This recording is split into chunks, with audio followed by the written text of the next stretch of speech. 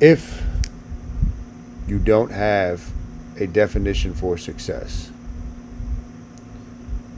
you're going to be shooting blindly and you will not be able to achieve success. The brain needs clarity to move forward. The brain needs clarity to move forward. With success, you have to invest in yourself. That is of primary importance. I have spent well into the six figures of having my own coaches throughout the past decade. People that guide me, that I learn from, that share their insights with me, that I have frequent contact with mentors. I always offer to take them out. Let me get you lunch. Let me get you a coffee. Let me pay you for your time if they're willing. So that's one thing that you have to realize. Success can be had by anybody that wants it. It's a matter of staying focused, and that leads to persistence. So here you go, my top 5 success principles. How do you manage your time? And when I say manage, it's really manipulate your time. Time is a weird thing. Time doesn't stop for anybody. We all have the same amount of time. How are you investing your time? How are you utilizing your time? Are you peeing into the wind? And I can guarantee you that if you are not planning your day out the night before, that you are not living nearly anywhere near your potential. Because what happens then is you wake up and you try to figure out, well, what should I do today? No good. I went through a period of that probably in 2014 when I was getting ready for my last bodybuilding show, and I stopped planning out my days for about a month or two, and I was starting to get like depressed, and I couldn't figure it out. And then Vince, who's been coaching me for 10 years, one of our calls said, well, you still planning out your day? I said, nope. And that was it. It was that simple. And that's also the importance of having a coach. But how do you utilize your time? Like, my days are scripted out. They're planned out. I have a lot of stuff to do. I cannot afford to putz around with my time. I cannot afford to waste my time, to kill time. Listen to how you speak about time as well. That'll leave you clues. So, be diligent with your time. Plan out your days the night before so your subconscious can go to work on them. Do not let people waste your time. Do not let the energy vampires, and I've got a time mastery manual in which I talk about the energy vampires. No good having energy vampires in your life that are just going to suck away your energy and your time. Do not allow it. And with your time, people know this about me. I'm not the easiest person to get in touch with. That is intentional, and I've trained people to know that about me. Devin knows that about me. If you send me an email, you might not get a response for a few days. I'm focused on what I'm doing. Next thing, read. You have to read constantly. I don't want to hear that I don't read. I don't like to read. No, I don't read. Read. Listen to me. You have to read. You have to constantly flood your mind with new thoughts and other people's thoughts that could potentially impact your way of thinking. Every time I've been in a funk, what usually gets me out of it is reading a page in a book or 2 pages, and one line will usually resonate with me. So, okay, now I can turn it around. I can turn around to shit. Read. Build your library. I have books everywhere. Upstairs. All over. They're in my car. I just keep them everywhere. All over my desk. Always trying to learn. Always reading. So leaders read. Leaders are readers.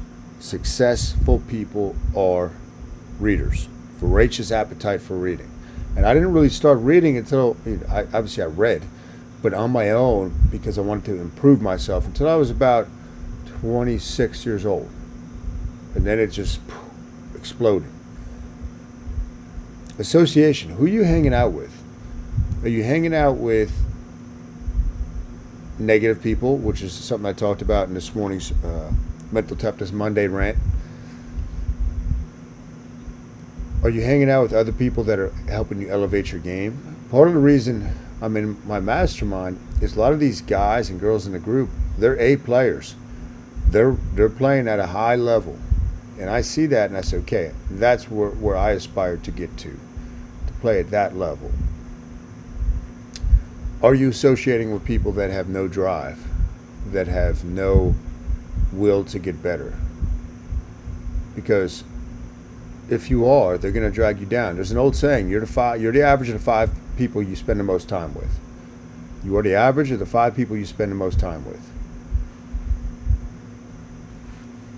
So just be mindful of that. Who are you associating with? Join a group of like-minded individuals, people that aspire to success. Form your own mastermind. Hire a coach. This stuff is very important, guys. Workouts. Having tough workouts. Now let me say this. If somebody has perceived success in a field, meaning they might have what appears to be a successful business, but they are out of shape, I do not trust them. I instantly lose trust for the message they have, even if it's spot on. Because if you can't take care of your own body, which is everything, then how can you truly lead other people? How can you truly be successful? You could have $1 billion business, but if your health is crap, guess what? Your life is going to be crap. So tough workouts. Tough workouts. I've always said the gym has taught me more about life than anything. The gym has always been my classroom since the time I was in high school. I knew that. I said, okay, I'm going to learn something. Every time I push myself to a new limit, I learn. I push myself. I become more self-aware. I create new pathways. Tough workouts should frame it so the rest of your week, the rest of your day, are easy in comparison. When I did that barbarian walk on my birthday, it took me 3 hours.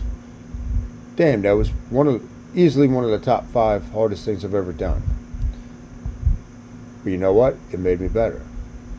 It made me better. Every successful person that I look up to, they take their fitness seriously and they challenge themselves. They push themselves in their workout. They're not just going through the motion. They're disciplined, because tough workouts and discipline go hand in hand. If you don't have discipline, you're not going to willingly participate in a tough workout or in a tough workout program and routine that you repeatedly do. So that's another one for me. And the last one is mindset. Become more self-aware. Start thinking about your thoughts. Metacognition. Think about the thoughts you have. Journal. Study the mind. Read books on mindset. Read books. Listen to stuff that's talking about mindset. That's why I'm obsessed with mind mapping. This morning I'm studying about memory with the brain. How does the brain get a sharper memory?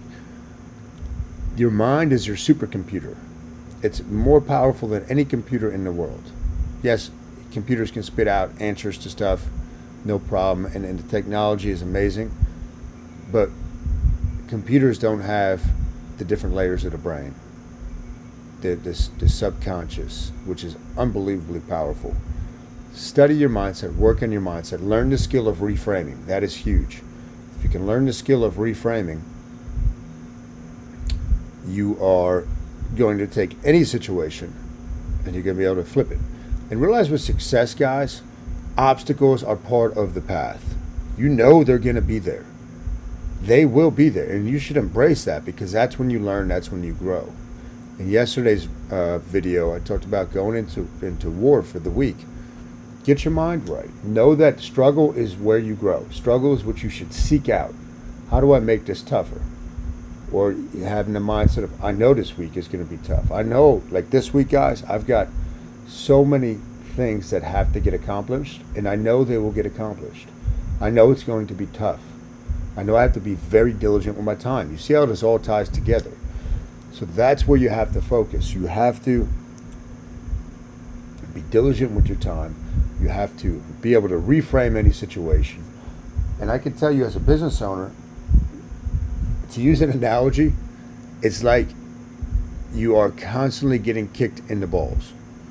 Use that as an analogy, constantly. So how do you withstand that? You have to constantly reframe. You have to know how the mind works. You have to be self-aware about your thoughts.